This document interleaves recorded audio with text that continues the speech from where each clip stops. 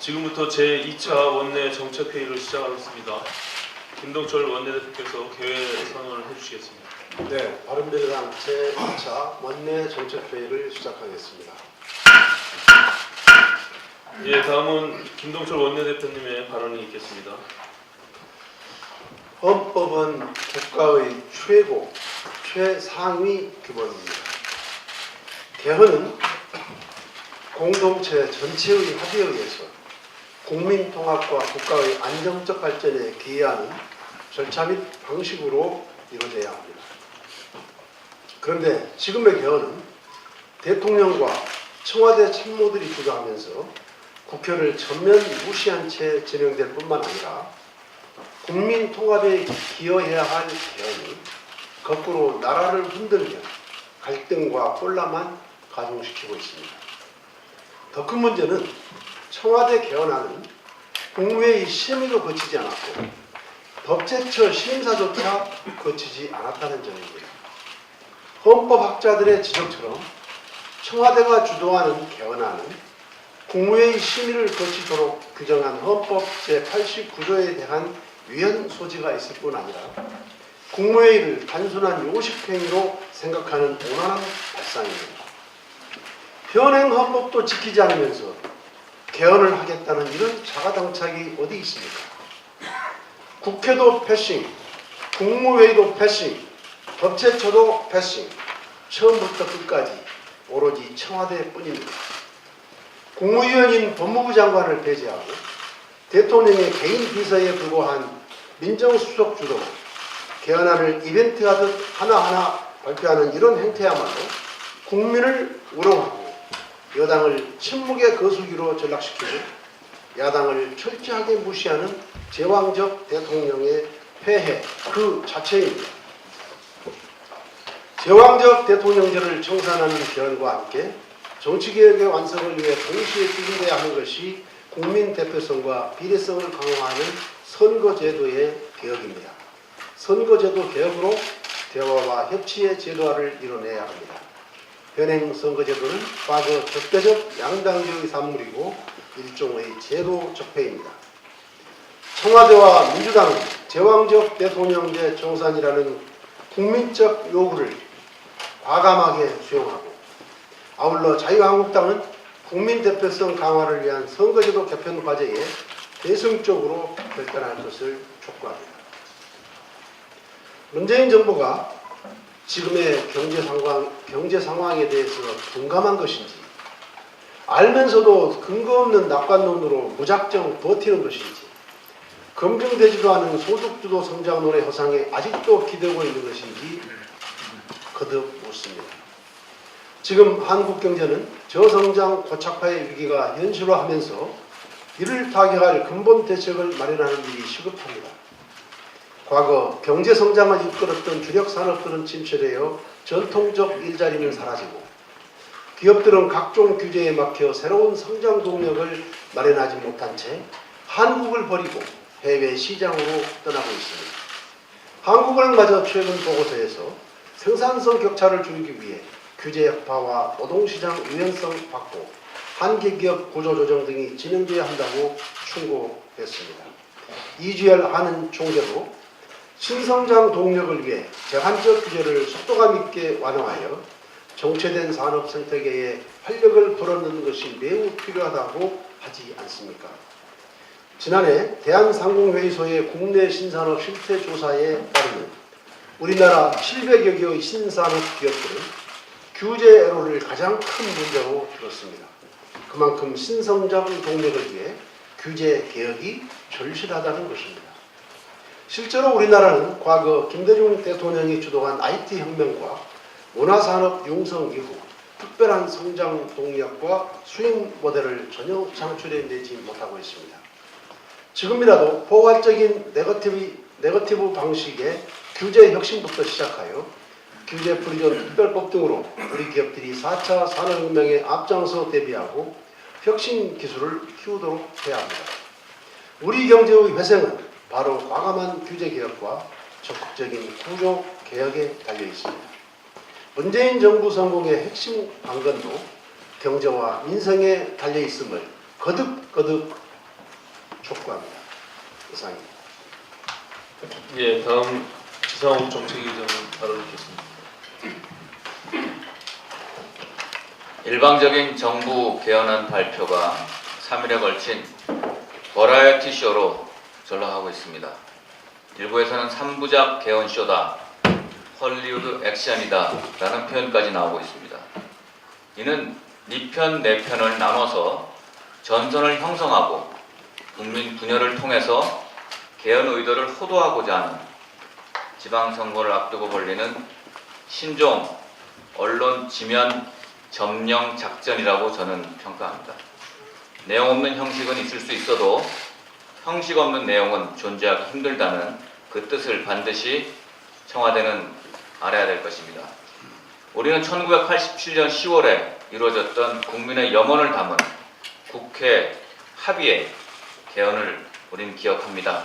그 당시 5공화국 군부 세력의 집권 시대였습니다. 그때도 개헌은 국회 합의를 통해서 이루어졌다.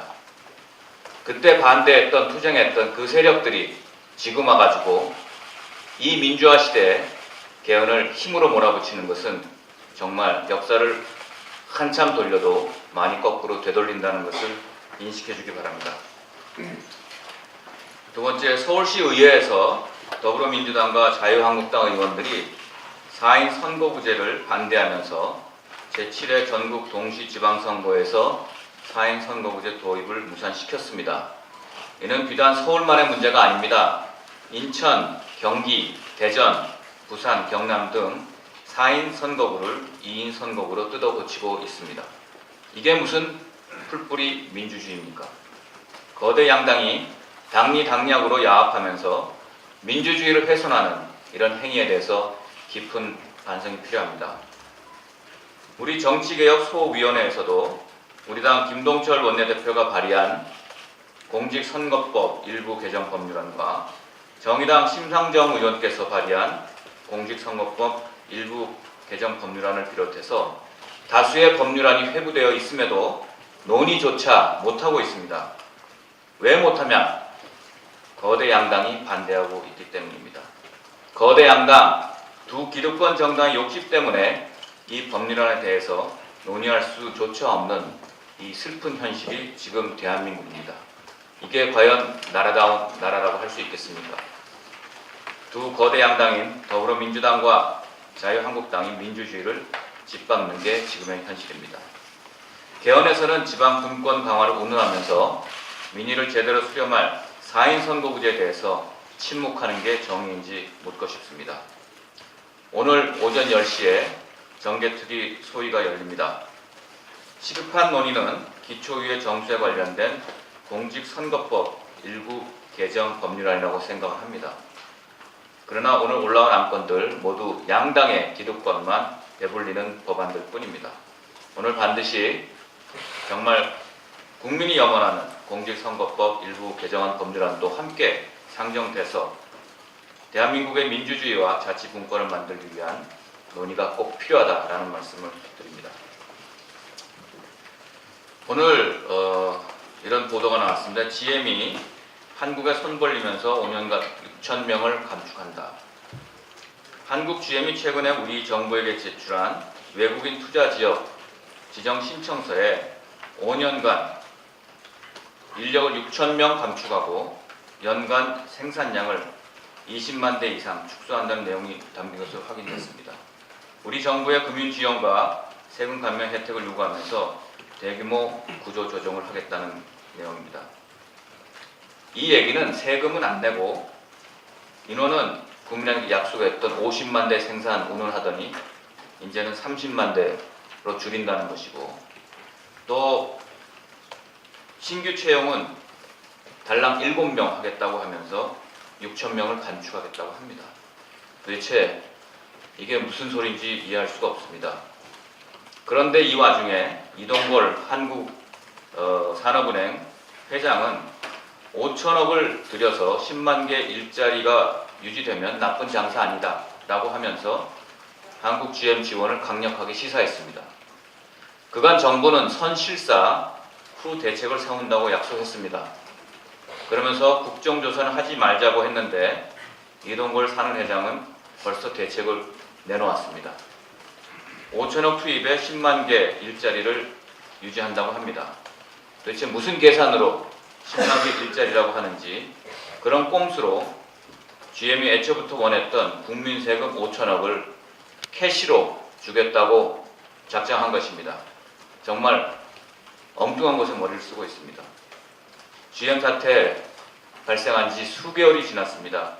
근로자 협력업체들은 GM의 고위 물량 축소로 죽어가고 있는데 정부는 해결한다고 말로는 외치면서 아무 대책도 내놓지 않고 있습니다. 해결 의지는 안 보이고 정치적 이슈에만 집중하고 있습니다. 남북 관계 개헌 등에만 단호하게 대처하지 마시고 GM 사태와 같이 국민이 먹고 살다가 죽어갈 수 있는 그런 민생 문제 해결에도 단호함을 보여주기를 강력하게 촉구합니다. 이상입니다. 제가 한 말씀 드리겠습니다. 그 문재인 정부 그 야당이 하는 쓴소리를 귀담아 듣기를 바랍니다.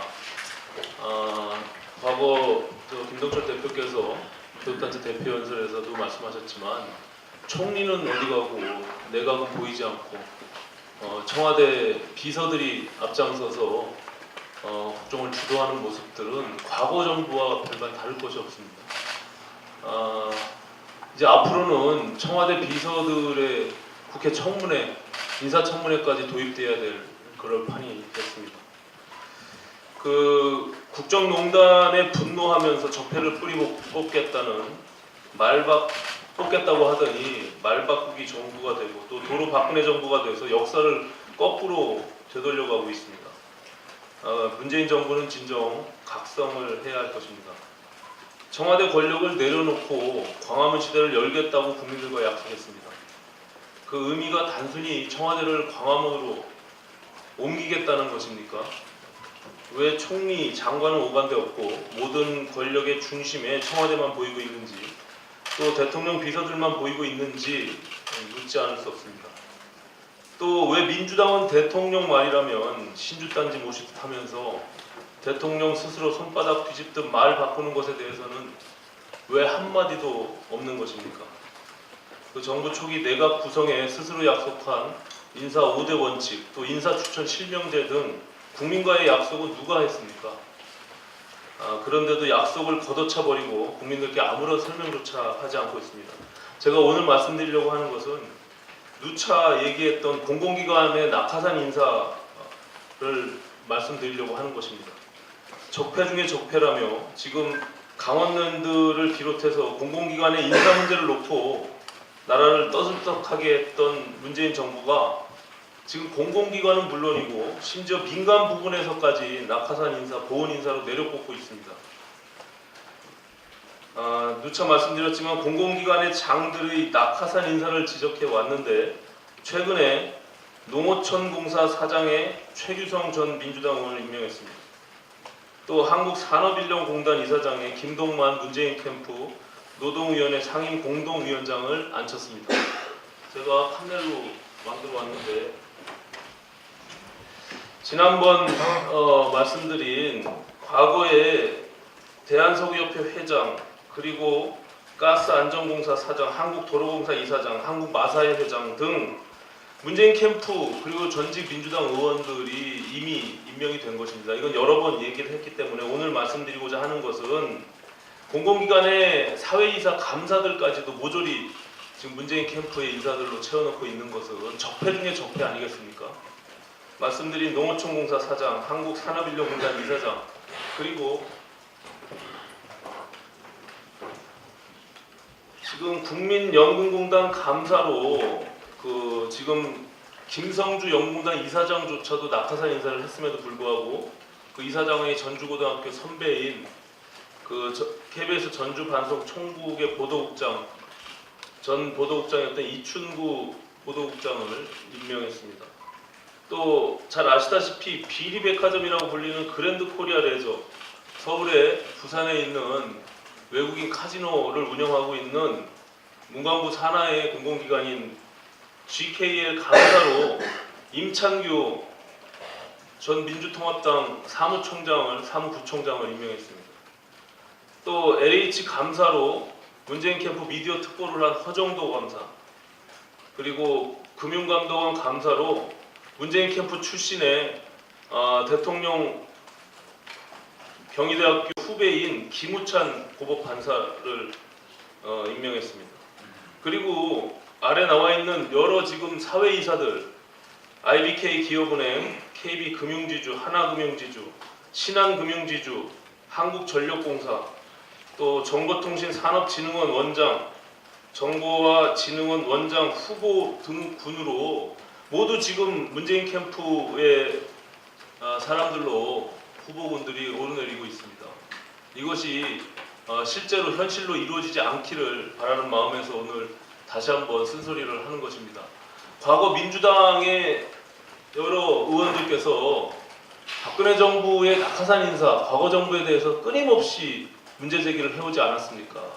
이것을 또다시 적폐 중에 적폐라고 하는 이런 인사들을 하면서 어떻게 지금 강원랜드의 부정취업과 관련해서 문제를 삼을 수 있겠습니까? 결국에는 공공기관장도 낙하산으로 인사하고, 그리고 그걸 감시해야 되는 감사, 상임감사까지도 모두 낙하산으로 인사하니 그 공공기관이 잘 운영될 리가 있겠습니까? 채용 비리가 없어질 수 있겠습니까? 이 부분에 대해서 심각성을 감안해서 문재인 정부는 야당이 문제 제기하는 것들에 대해서 시정하기를 바랍니다.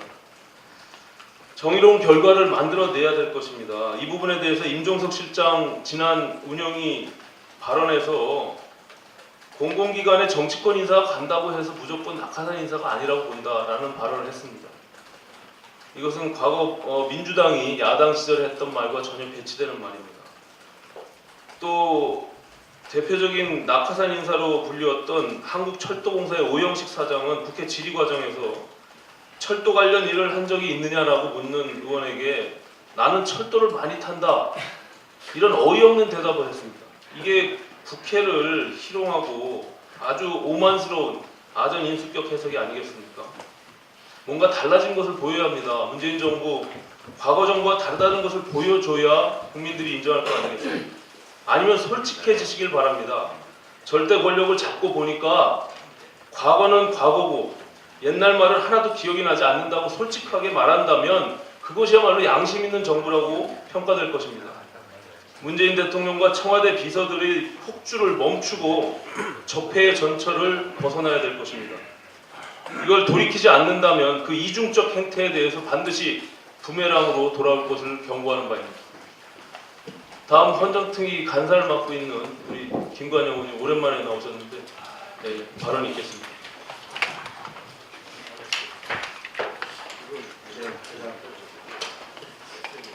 먼저 좀 발언 배려해주셔서 감사합니다. 국회 헌정특위 바른미래당 간사로서 한 말씀 드리겠습니다. 대통령의 개헌안 발의에 대해서 구체적인 강론에 대한 평가에 앞서서 정말 이것은 아니다라는 말씀을 드립니다. 제왕적 대통령의 일면을 보는 것 같아 매우 씁쓸합니다. 양심 있는 목소리를 들려주었던 여당 의원님들 도대체 어디에 있습니까? 양심의 목소리를 들려주십시오. 제1야당의 반대로 개헌안 부결이 명백한 상황에서 이렇게 밀어붙이는 것은 개헌 발의 절차 자체를 무시한 독선과 우기의 발현입니다. 이것은 권위주의 시대에서나 가능한 일입니다. 또 선거 공약을 했기 때문에 내 역할은 다 해야 된다라고 하는 것을 보여주기 위한 면피용에 그칩니다. 또 국회가 해야 할 일을 안 하고 있기 때문에 내가 하겠다는 철저한 국회를 무시하는, 의회 민주주의를 무시하는 행태입니다. 또 국민 분열을 초래하는 일일 뿐만 아니라 지방선거용 쇼용이라고 할 수밖에 없습니다. 지금이라도 개헌안 발의를 처리하고 하루빨리 생산적인 논의가 가능한 구조를 만들어야 할 것입니다. 대통령과 여야 대표가 개헌 시기에 관해서 대타협을 하고 국민 앞에 같이 약속을 하기를 촉구합니다. 필요하면 개헌 절차법이라도 만들어서 여야 합의 사항을 이행을 강제하고 담보할 수도 있다고 생각합니다.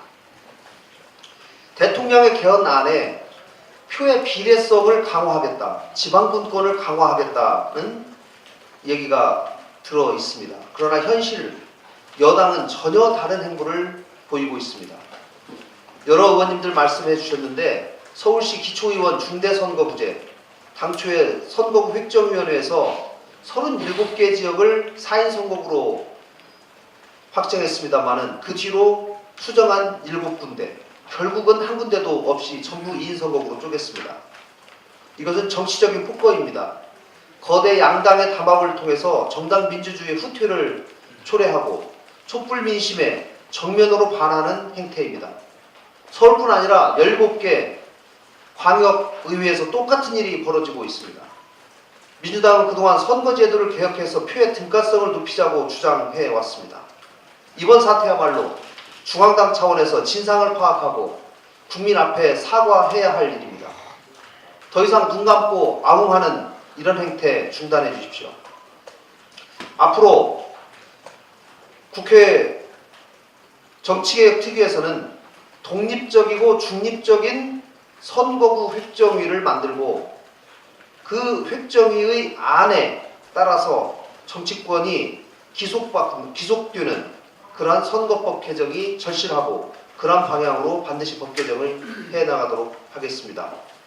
또한 기초의원 선거구에서도 광역의회에 맡기지 않고 공직선거법으로 직접 3인 내지 5인을 정하도록 하는 김동철 원내대표가 발의한 공직선거법 개정안이 반드시 속히 통과될 수 있도록 추천을 하도록 하겠습니다.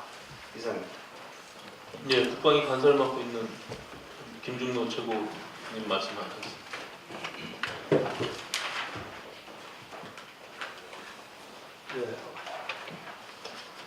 어제 한미연합훈련이 시작되는 게 4월 1일부터 한 달간 한다고 발표를 했습니다. 이 문제가 지금 40년이 되는데 훈련 시작한 지가.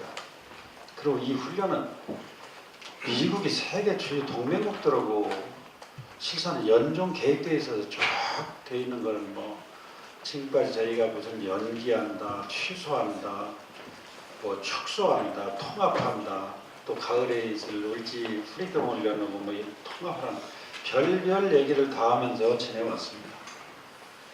이거는 지금 한미동맹에서 한미 상호 방위조약을 근간으로 해서 전자권을 실행에 옮겨보는 훈련입니다. 새로 생긴 것도 아니에요. 근데 이걸 가지고 지금 어제 발표하면서 무슨 언론에 전략자산 전개는 언론에 공개도 안 하겠다는 식으로 하면서 무슨 숨어서 하는 훈련처럼, 물론 전략적으로 숨어서 적에게 알리지 않기 위해서 은은표를 하는 건 좋지 이거는 남북관계하고 연결해서 지금 그러고 있어요. 거기에 브룩스 연합사령관이 불만스럽게 워딩을 하고 있습니다.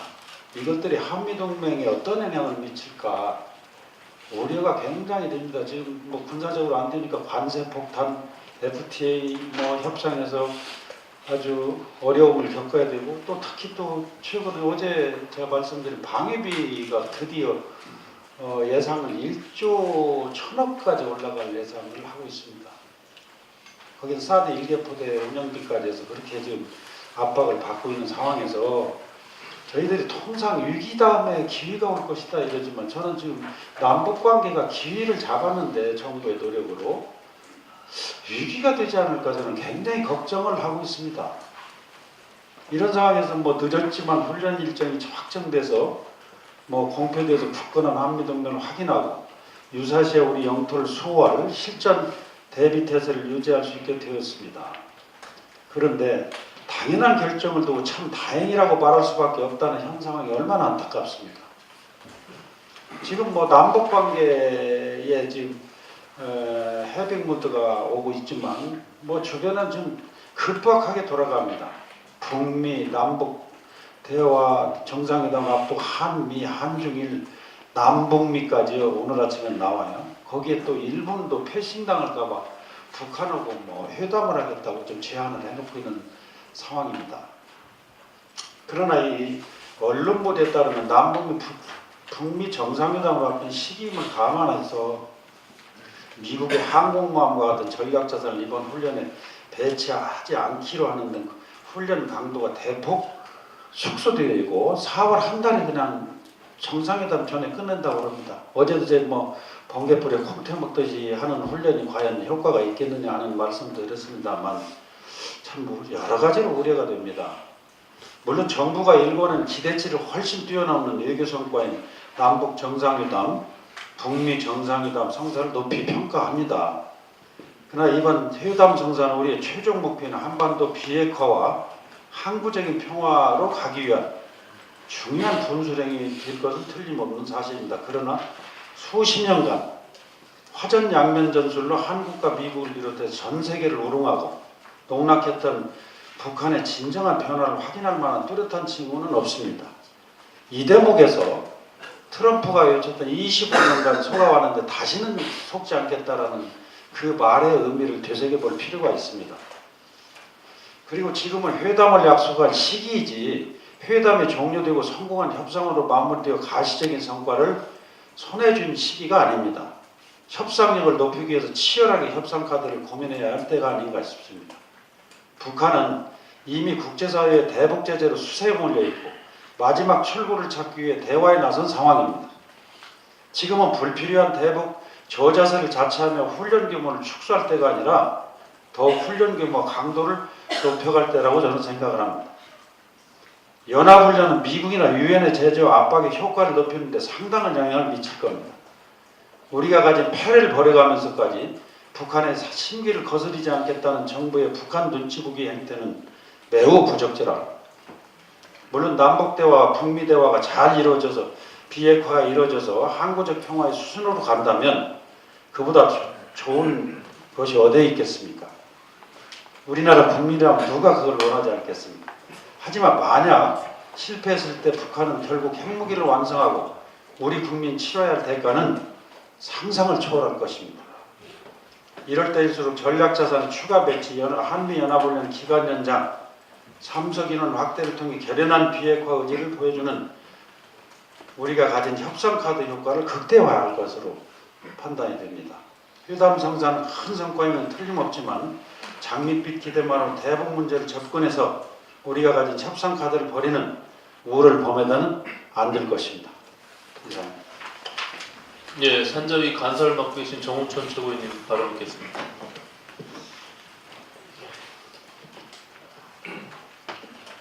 다시 한번 대통령 일자리 상황판 오픈해놓고 그 다음에 한 번도 제대로 공개하지 않는 것을 문제 제기를 하면서 한 말씀 드리고자 합니다. 추경예산 4조 원 우리 대표께서 적극 반대한다고 했습니다.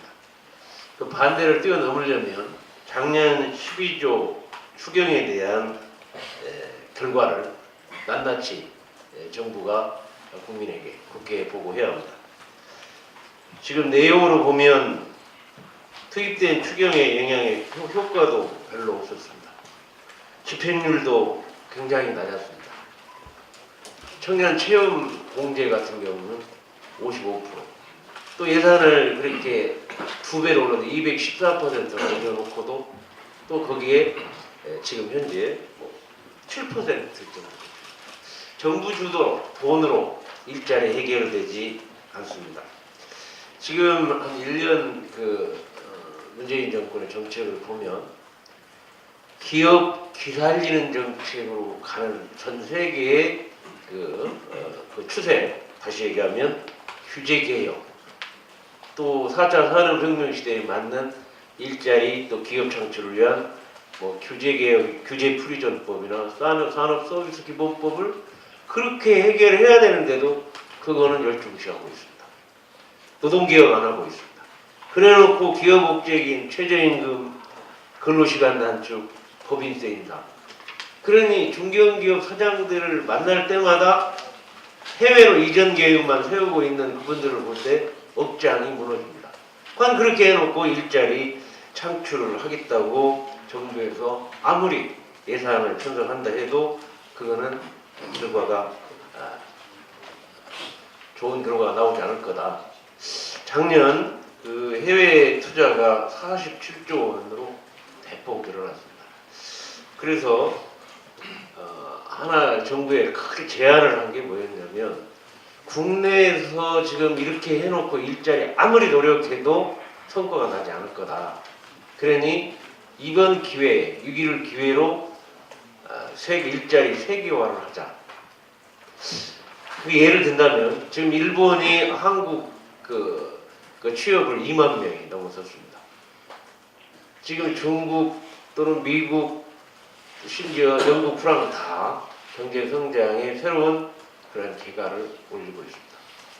거기에 따라서 우리에게는 750만의 교민이 있고 165개 공간이 있고 코트라, 코이카 그리고 해외 대기업 지사망을 연계한다고 하면 우리 청년 일자리는 세계화를 통해서 많은 신장을 가져올 거다. 근데 거기에 예산도 아주 부족합니다. 지금 코트라를 통한 K무브센터에 지원을 하고 있는데 이걸 대폭 늘리라 해도 거기에는 제대로 반영되지 않고 있습니다. 다시 한번 강조합니다. 한국 내에 청와대 일자리 상황권을 오픈하지 못한다면 전 세계 165개의 해외 대사관에다가 일자리 상황판을 걸어놓고 그거를 대통령이 확인하고 관리한다고 하면 오히려 이 위기를 우리 청년들을 전 세계로 보내서 대한민국의 새로운 미래를 여는 그러한 큰 성과를 거둬올 수 있는 정책을 다시 한번 강조하고 제안을 합니다. 지금 이대로 가면 일자리 재난이 아니라 대한민국 경제 재난이 올 거를 경고합니다. 네, 신용현 간사님 여가위 간사 맡고 계시는데. 제가 오늘 말씀드리려고 하는 것은 방통위에 관한 일입니다. 그 방통위는 21일 날 어제죠. 1년 동안 끌어온 페이스북에 대한 제재 문제를 결정했습니다. 3억 9,600만 원의 과징금에 통신사업자와 망사용료 협상을 하라는 시정명령을 내렸습니다. 아시는 바와 같이 페이스북은 국내 SK텔레콤과 LG U+ 가입자가 페이스북을 사용할 때 속도가 늘어지게 하는 등 차별적인 대우를 해왔습니다. 이런 심각하고 명백한 실정 위반을 했음에도 불구하고 방통위는 손방망이 처벌을 내려서 어떻게 보면 페이스북에 무릎을 꿇은 것처럼 보입니다. 전기통신사업법은 이유 없이 이용자를 차별하는 이런 경우에는 전체 매출액의 3%까지 과징금을 부과할 수 있도록 되어 있습니다. 페이스북은 연간 글로벌 매출액이 44조에 이르고 국내 매출액도 1천억 이상을 지금 기록을 하고 있습니다. 그런데도 불구하고 3억 9,600만 원의 과징금은 솜방망이 처벌이라고 할 수밖에 없습니다. 방통위는 페이스북이 향후 우리나라 이용자를 무시하고 제멋대로 국내 인터넷 환경을 좌지우지하는 이런 행태가 다시는 일어나지 않도록 바로잡아야 할 것입니다. 그리고 법의 잣대를 더욱더 엄격하게 드러내야 옳을 것입니다. 방통위는 국내 기업에는 서리빨 같은 칼날을 들이대면서 외국 기업에는 약한 모습을 보여주는 이런 행태를 반복해서는 안 될 것임을 분명하게 말씀드립니다. 이미 국내 인터넷 기업들이 글로벌 인터넷 기업에 대해서 기울어진 운동장에서 경쟁을 하고 있다고 불만하고 있다는 점 다시 한번 상기해 주시기 바랍니다. 그리고 아울러서 방통위는 이번 손방망이 과징금과 시정명령이 어떤 절차와 기준을 통해서 나오게 되었는지 그 과정과 기준을 낱낱이 밝히고 국민 앞에 설명해야 할 것입니다. 이상입니다. 네, 과방위 예, 저도 간사 연관해서 맡고 계신 오세정 의원님. 지금 페이스북 얘기가 나왔으니까 아시다시피 사실 페이스북은 우리나라에서만 문제가 아니라 지금 미국하고 유럽에서도 문제가 되고 있습니다. 그 2010년 대선 과정, 미국 대선 과정에서 케임브리지 애널리티카라는 데이터 분석 회사에 정보를 주고 그것이 선거 이용된 거에 대해서 지금 미국 연방거래위원회가 유럽연합의 조사에 착수했습니다. 이 국내에서도 외국만이 아니라 인터넷의 영향이 커지면서 포털과 SNS가 선거 이용되는 건 다 익숙한 풍경이 되었고, 우리 국내의 경우에도 확인되지 않은 사실인 것이 마냥 게재되고 뉴스의 검색 순위 조작, 포털 댓글 조작 등을 통해서 확대 재생되고 농사를 앓게 됩니다. 또한 선거철만 되면 여론조사가 난무하고 있는데 이 여론조사의 공정성 또한 확인이 불가합니다. 그래서 해외에서의 그 불법 선거 개입이 확인된 만큼 우리나라에서도 유사한 데이터 분석 업체 불법 선거 개입, 왜곡된 여론조사 발표 등의 철저한 조사가 필요함을 촉구합니다. 이왕 얘기가 나와서 한 가지만 더 말씀드리겠습니다. 어제 그 청와대 발표한 2차 헌법 개정안 초안 중에 경제조항조에서 과학기술과는 관련된 내용이 하나가 있었습니다. 청와대는 그 제9조 117조를 원래는 이제 국가는 국민경제 발전을 위해서 과학기술 혁신을 해야 된다는 내용이었는데 여기다가 국민경제 발전 및 국민의 삶의 향상을 위해서 기초학문의 장려라는 걸 집어넣었습니다. 이 경제발전 수단에서 국민의 삶을 향상의 수단까지 보면 긍정적으로 평가할 수 있습니다. 그러나 여전히 이 조항이 경제에 관한 장에 들어있고 경제발전의 수단에서 과학수 벗어나지 못했다는 점 한계점이 있습니다. 우리 바른미래당은 지난번에 의원총회에서 나온 의원총회에서 과학기술 중심의 국정 운영을 헌법 전문에 명시하여 4차 산업시대를 넘어 다가올 미래를 대비하고 미래 과학기술 발전에 재독립할 것을 추진하기로 했습니다. 이 사항을 다시 한번 분명히 밝히자 합니다. 이상입니다. 네, 판노이 간사 맡고 계신 하태경 최고위원. 몇 가지 말씀을 드리겠습니다. 세 가지 말씀드리겠습니다. 그 감사원은 감사원은 직업 상담사 가산점 논란 관련 고용노동부 항명 사태를 즉각 감사해야 합니다. 엊그제 고용노동부 업무보고에서 김영주 장관이 이 진실을 고백했습니다. 부급 635명 이번 4월 9일날 시험이 있는데요. 이 중에 100명만 직업 상담직 가산점, 그러니까 100명의 직업 상담직만 직업 상담사 시험 합격한 사람 가산점을 부여하라고 지시를 했는데 노동부 직원들이 이를 어기고 이 직업 상담직 100명뿐만 아니라 635명 전원에게 가산점을 부여하는 것으로 바꿨다는 겁니다. 이 가산점이 22점 가산점이 붙는 것이기 때문에 1점 차이로 당락이 결정되는 수험생들 지금 3개월 전에 공고를 한 겁니다. 3개월 전에 시험 변경 계획을 공고를 해서 직업 상담사 가산점을 아예 딸 기회를 박탈당한 여러 수험생들이 엄청난 항의가 빗발쳤고 여기에 대해서 장관이 자기는 직업 상담직에만 일반직을 제외하고 100명의 직업 상담직에만 가산점을 주라고 그랬는데 노동부 직원들이 전원에게 다 직업 상담사 가산점 주는 걸로 바뀌었다라고 했고요.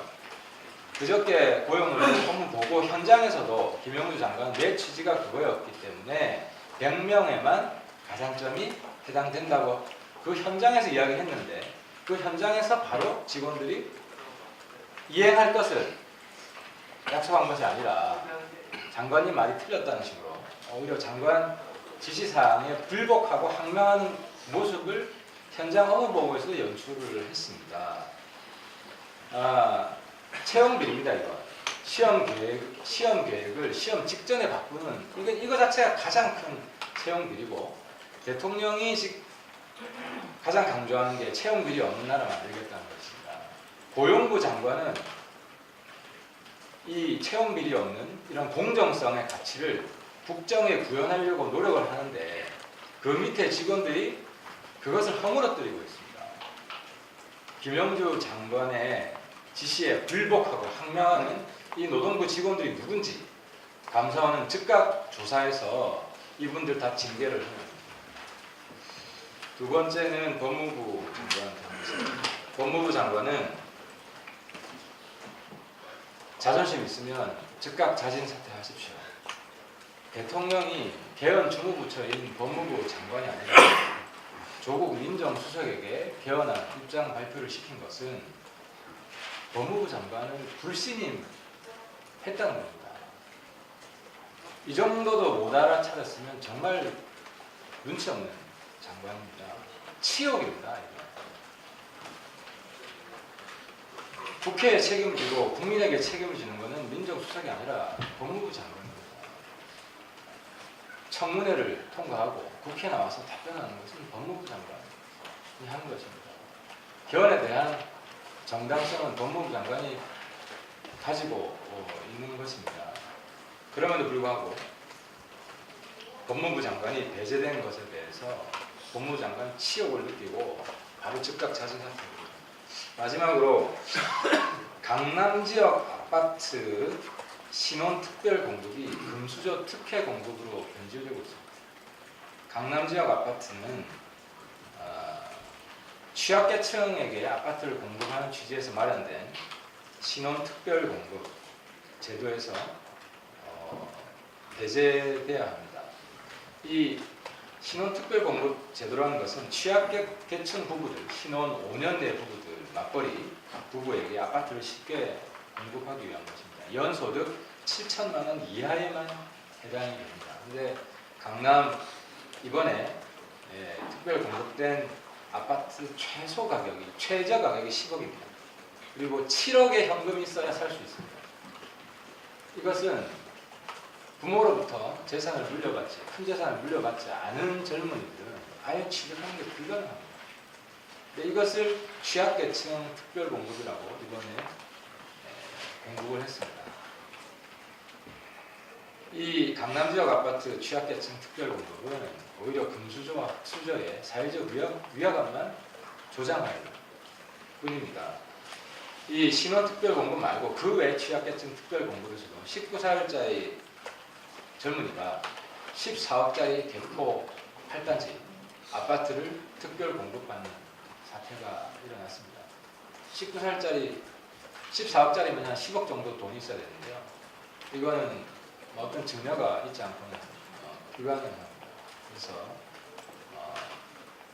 있는 자와 없는 자 간의 사회적 위화감만 조장하는 강남지역 아파트 특별 공급 제도는 즉각 폐지되는 것입니다. 네, 안행이 간사놓고 계신 권은희 최고위원. 네, 경찰 댓글 관련해서 말씀드리겠습니다. 지금 경찰이 이명박 정부 시절에 안보 관련 인터넷상 왜곡되는 정보에 대응한다는 명분으로 인터넷 여론에 대해서 단계별 대응에 의한 대대적인 여론 조작을 한 정황, 그리고 이러한 사항의 비밀 유지를 위해서 면대면 지시를 이용하는 등 치밀한 여론 조작을 한 정황이 드러나고 있습니다. 이처럼 구체적인 여론 조작의 실태가 드러났음에도 경찰은 자체 진상조사에서 댓글 조작 사실에 대해서 애써 의미를 축소하거나 실제 실행되지 않았다면서 변명에 급급하고 있습니다. 경찰의 이러한 태도에 비추어 봤을 때 경찰이 7년간 골마했던 한부에 대해서 스스로 철저하게 도려낼 수 있을지, 그리고 그 결과에 대해서 국민들이 신뢰할 수 있을지 의문이 됩니다. 이런 이유로 경찰의 여론 조작 사건에 대해서 수사를 경찰이 맡아서는 안 된다라고 보고, 국회가 국회법 제79조 및 특별검사의 임명 등에 관한 법률 제2조에 따라서 경찰 댓글 여론 조작 사건에 대한 진상 규명을 위하여 특검 수사를 해야 한다라고 봅니다. 이에 대해서 특검 수사 요구안을 발의하도록 하겠습니다. 그리고 작년 예산안의 큰 쟁점이었던 공무원 증원과 관련해서 당시 국민의당과 바른정당은 필요한 현장 인력의 증원은 동의를 하되 구조개혁과 인력 재배치가 선행되어야 함을 일관되게 주장을 했습니다. 그리고 예산안에 대해서 합의를 하면서 정부가 공무원 재배치 실적을 2018년 2월 국회 소관상임위원회에 중간 보고하고 2019년도 예산안 심의 시까지는 결과와 향후 계획을 국회에 보고하겠다는 약속을 받아냈습니다. 이에 따라서 행안부로부터 공무원 재배치 중간 보고를 받았으나 그 내용은 역시나였습니다. 먼저 2017년 인력 재배치 실적에 대한 수요 산출 근거가 명확하지 않았고 각 부처의 자체 판단만으로 재배치 소요를 정했고 행정안전부는 조직 진단 한 번 없이 부처의 의견대로 재배치 실적 채우기에 급급했습니다. 또한 인력 재배치의 효과가 무엇인지 행정안전부는 설명하지 못했으며 그에 대한 분석 노력도 전혀 없었습니다. 적어도 인력 불균형의 원인과 현황을 파악하고 어떠한 방향으로 인력 재배치를 할 것인지 주무부처인 행정부가 최소한의 기준과 원칙, 분석은 했어야 함에도 불구하고 말 그대로 주먹구 부시게 재배치가 이루어지고 있었습니다. 이러한 지적을 통해서 행정안전부로부터 금년 19년도 소요정원 심사부터는 부처 자체 진단 및 행정안전부 진단을 통해서 첫째,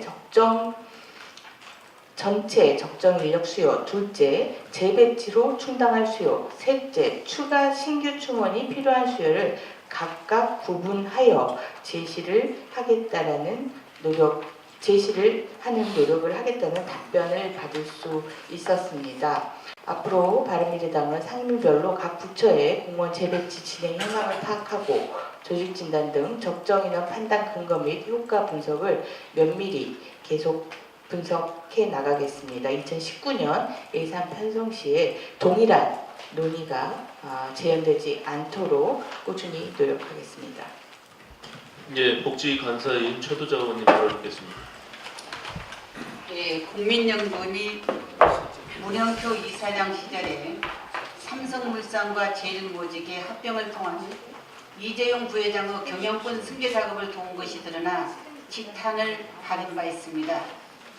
그런데 최근 SBS에서 당시 국민연금 리서치팀이 제일모직 소유 땅값을 20배나 넘게 쳐져가며 합병 비율을 조작하고 그 결과 국민연금은 막대한 손실을 감수했다는 추가적인 폭로가 있었습니다.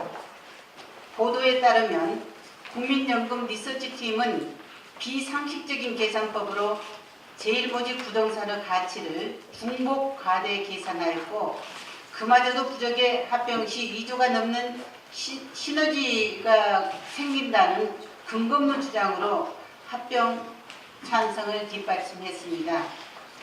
기금운용본부는 아직까지도 통합 당시의 판단 근거 자료를 국회에 제출하지 않고 있으며 언론과 시민단체의 투명한 자료 공개를 거부하고 있습니다. 정부에 요구합니다. 국정농단 세력과 결탁해서 자료를 왜곡하는 관련자를 밝히고 처벌해 주십시오. 나아가 국민연금의 투자와 관련된 의사결정 과정의 투명성을 보장하는 제도 개선책을 마련해 주시길 바랍니다. 이상입니다. 예, 그 교문위 간사 맡고 계신 이동석 의원님 발언 듣겠습니다. 네, 문재인표 개헌안 즉각 처리하라. 청와대가 문재인 대통령발 개헌안 내용을 오늘 마지막으로 3일간 발표하고 26일 발의한다고 합니다. 이것은 한마디로 말해서 독선, 독단, 독재, 삼독 개헌안입니다. 문재인 대통령과 청와대는 이렇게 말했습니다. 마지막까지 국회 합의를 존중하겠다. 6월 지방선거 때 개헌안 동시투표 합의하면 정부 개헌안 발의하지 않겠다. 이렇게 약속했습니다. 국민 중심의 개헌안을 마련하겠다고도 얘기했습니다. 언뜻 들으면 그럴싸하게 보입니다. 국회와 국민의 뜻을 매우 존중해 보이는 것처럼 보이기도 합니다. 그런데 실상을 들여다보면 무리만 개헌이지 대통령 권력유지와 재집권을 넘겨둔 국민 속임용 개헌이라는 것을 의심을 지을 수 없습니다. 집권 더불어민주당은 내용상 하자가 많은데도 불구하고 국회 개헌 특위에서 청와대 입장만 앵무새처럼 되풀이하고 주장하고 있습니다. 청와대는 여당을 조정하며 억지를 부리고 있습니다. 게다가 청와대가 발표하고 있는 내용도 문제가 많습니다. 벌써부터 언론과 대형 커뮤니티 등에서 논란이 많습니다.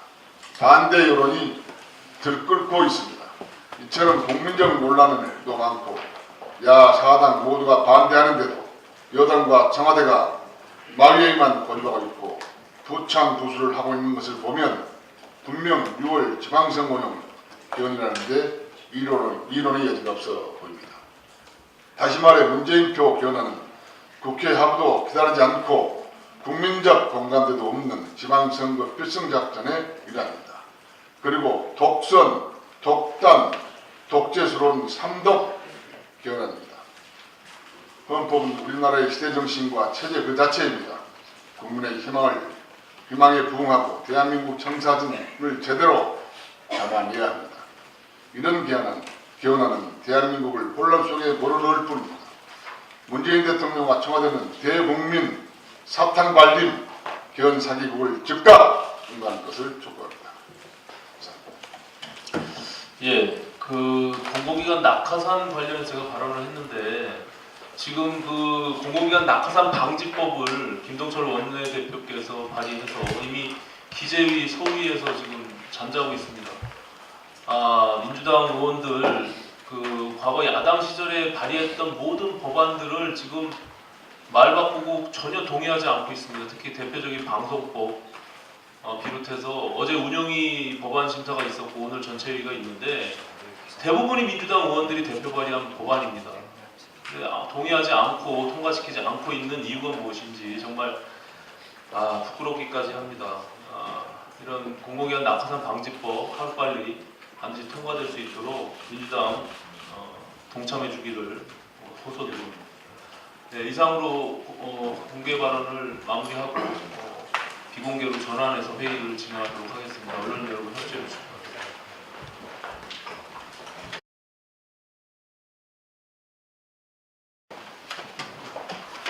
지금부터 제2차 원내 정책회의를 시작하겠습니다. 김동철 원내대표께서 개회 선언을 해주시겠습니다. 네, 바른미래당 제2차 원내 정책회의를 시작하겠습니다. 예, 다음은 김동철 원내대표님의 발언이 있겠습니다. 헌법은 국가의 최고, 최상위 기본입니다. 개헌은 공동체 전체의 합의에 의해서 국민 통합과 국가의 안정적 발전에 기여하는 절차 및 방식으로 이루어져야 합니다.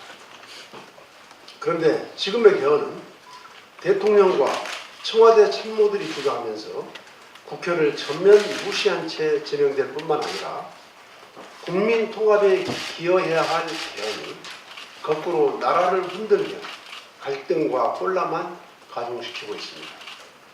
더 큰 문제는 청와대 개헌안은 국무회의 심의도 거치지 않았고 법제처 심사조차 거치지 않았다는 점입니다.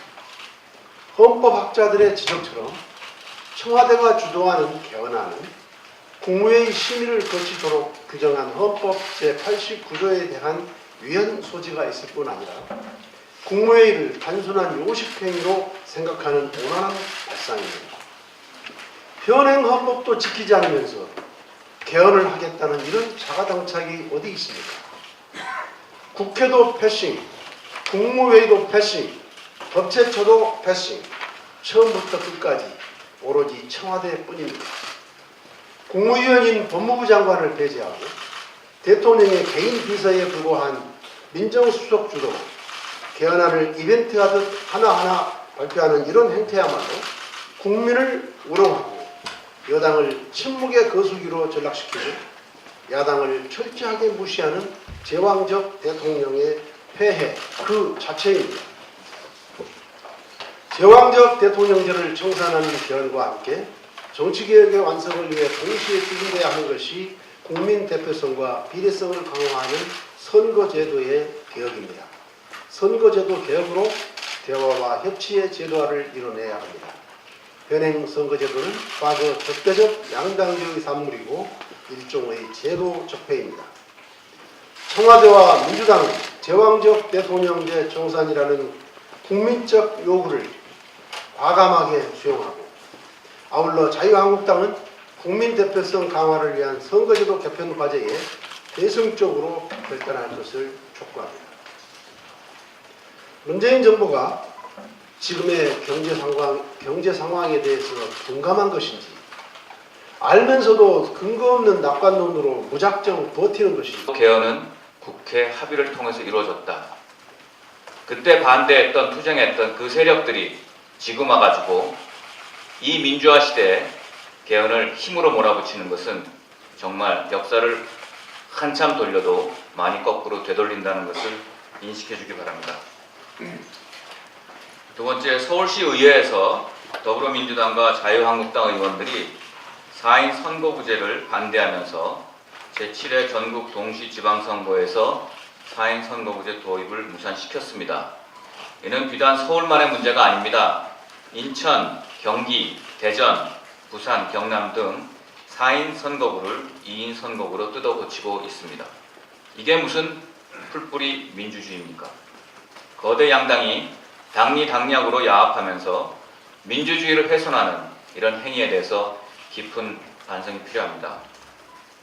우리 정치개혁소위원회에서도 우리 당 김동철 원내대표가 발의한 공직선거법 일부 개정 법률안과 정의당 심상정 의원께서 발의한 공직선거법 일부 개정 법률안을 비롯해서 다수의 법률안이 회부되어 있음에도 논의조차 못하고 있습니다. 왜 못하면 거대 양당이 반대하고 있기 때문입니다. 거대 양당, 두 기득권 정당의 욕심 때문에 이 법률안에 대해서 논의할 수조차 없는 이 슬픈 현실이 지금 대한민국입니다. 이게 과연 나라다운 나라라고 할 수 있겠습니까? 두 거대 양당인 더불어민주당과 자유한국당이 민주주의를 짓밟는 게 지금의 현실입니다. 개헌에서는 지방 분권 강화를 운운하면서 민의를 제대로 수렴할 4인 선거구제에 대해서 침묵하는 게 정의인지 묻고 싶습니다. 오늘 오전 10시에 정개특위 소위가 열립니다. 시급한 논의는 기초의회 정수에 관련된 공직선거법 일부 개정 법률안이라고 생각을 합니다. 그러나 오늘 올라온 안건들 모두 양당의 기득권만 배불리는 법안들 뿐입니다. 오늘 반드시 정말 국민이 염원하는 공직선거법 일부 개정안 법률안도 함께 상정돼서 대한민국의 민주주의와 자치분권을 만들기 위한 논의가 꼭 필요하다라는 말씀을 드립니다. 오늘 이런 보도가 나왔습니다. GM이 한국에 손 벌리면서 5년간 6,000명을 감축한다. 한국 GM이 최근에 우리 정부에게 제출한 외국인 투자 지역 지정 신청서에 5년간 인력을 6,000명 감축하고 연간 생산량을 20만 대 이상 축소한다는 내용이 담긴 것으로 확인됐습니다. 우리 정부의 금융 지원과 세금 감면 혜택을 요구하면서 대규모 구조 조정을 하겠다는 내용입니다. 이 얘기는 세금은 안 내고 있지 않을 수 없습니다. 또 왜 민주당은 대통령 말이라면 신주단지 모시듯 하면서 대통령 스스로 손바닥 뒤집듯 말 바꾸는 것에 대해서는 왜 한마디도 없는 것입니까? 그 정부 초기 내각 구성에 스스로 약속한 인사 5대 원칙, 또 인사 추천 실명제 등 국민과의 약속은 누가 했습니까? 그런데도 약속을 걷어차버리고 국민들께 아무런 설명조차 하지 않고 있습니다. 제가 오늘 말씀드리려고 하는 것은 누차 얘기했던 공공기관의 낙하산 인사를 말씀드리려고 하는 것입니다. 적폐 중에 적폐라며 지금 강원랜드를 비롯해서 공공기관의 인사 문제를 놓고 나라를 떠들썩하게 했던 문재인 정부가 지금 공공기관은 물론이고 심지어 민간 부분에서까지 낙하산 인사, 보훈 인사로 내려꽂고 있습니다. 누차 말씀드렸지만 공공기관의 장들의 낙하산 인사를 지적해 왔는데 최근에 농어촌공사 사장에 최규성 전 민주당 의원을 임명했습니다. 또 한국산업인력공단 이사장에 김동만 문재인 캠프 노동위원회 상임 공동위원장을 앉혔습니다. 제가 판넬로 만들어 왔는데 지난번 말씀드린 과거에 대한석유협회 회장 그리고 가스안전공사 사장, 한국도로공사 이사장, 한국마사회 회장 등 문재인 캠프 그리고 전직 민주당 의원들이 이미 임명이 된 것입니다. 이건 여러 번 얘기를 했기 때문에 오늘 말씀드리고자 하는 것은 공공기관의 사회이사 감사들까지도 모조리 지금 문재인 캠프의 이사들로 채워놓고 있는 것은 적폐 중에 적폐 아니겠습니까? 말씀드린 농어촌공사 사장, 한국산업인력공단 이사장, 그리고 지금 국민연금공단 감사로 지금 김성주 연금공단 이사장조차도 낙하산 인사를 했음에도 불구하고 그 이사장의 전주고등학교 선배인 KBS 전주 반송 총국의 보도국장 전 보도국장이었던 이춘구 보도국장을 임명했습니다. 또 잘 아시다시피 비리백화점이라고 불리는 그랜드 코리아 레저, 서울에 부산에 있는 외국인 카지노를 운영하고 있는 문광부 산하의 공공기관인 GKL 감사로 임창규 전 민주통합당 사무부총장을 임명했습니다. 또 LH 감사로 문재인 캠프 미디어 특보를 한 허정도 감사, 그리고 금융감독원 감사로 문재인 캠프 출신의 대통령 경희대학교 후배인 김우찬 고법판사를 임명했습니다. 그리고 아래 나와 있는 여러 지금 사회이사들, IBK 기업은행, KB금융지주, 하나금융지주, 신한금융 검증되지도 않은 소득주도 성장론의 허상에 아직도 기대고 있는 것인지 거듭 묻습니다. 지금 한국 경제는 저성장 고착화의 위기가 현실화하면서 이를 타개할 근본 대책을 마련하는 일이 시급합니다. 과거 경제 성장을 이끌었던 주력 산업들은 침체되어 전통적 일자리는 사라지고 기업들은 각종 규제에 막혀 새로운 성장 동력을 마련하지 못한 채 한국을 버리고 해외 시장으로 떠나고 있습니다. 한국은행마저 최근 보고서에서 생산성 격차를 줄이기 위해 규제 약화와 노동시장 유연성 확보, 한계기업 구조조정 등이 진행돼야 한다고 충고했습니다. 이주열 한은 총재도 신성장 동력을 위해 제한적 규제를 속도감 있게 완화하여 정체된 산업 생태계에 활력을 불어넣는 것이 매우 필요하다고 하지 않습니까? 지난해 대한상공회의소의 국내 신산업 실태조사에 따르면 우리나라 700여 개의 신산업 기업들은 규제 애로를 가장 큰 문제로 들었습니다. 그만큼 신성장 동력을 위해 규제 개혁이 절실하다는 것입니다. 실제로 우리나라는 과거 김대중 대통령이 주도한 IT 혁명과 문화산업 융성 이후 특별한 성장 동력과 수익 모델을 전혀 창출해내지 못하고 있습니다. 지금이라도 포괄적인 네거티브 방식의 규제 혁신부터 시작하여 규제 프리존 특별법 등으로 우리 기업들이 4차 산업혁명에 앞장서 대비하고 혁신 기술을 키우도록 해야 합니다.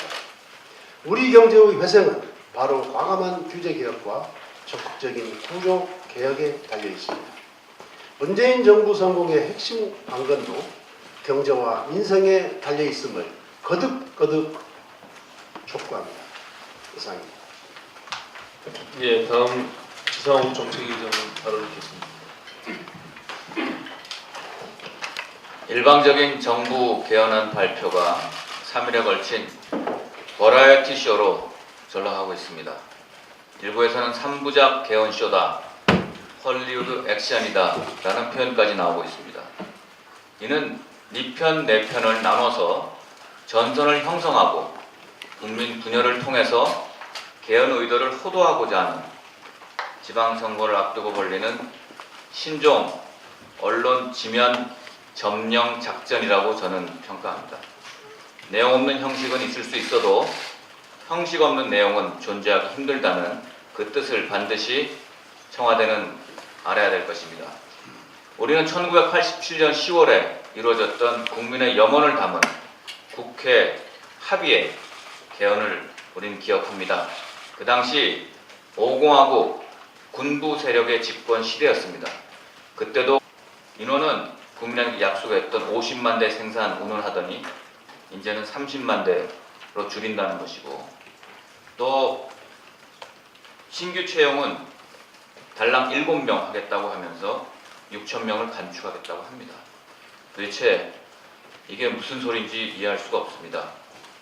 그런데 이 와중에 이동걸 한국산업은행 회장은 5천억을 들여서 10만 개 일자리가 유지되면 나쁜 장사 아니다 라고 하면서 한국 GM 지원을 강력하게 시사했습니다.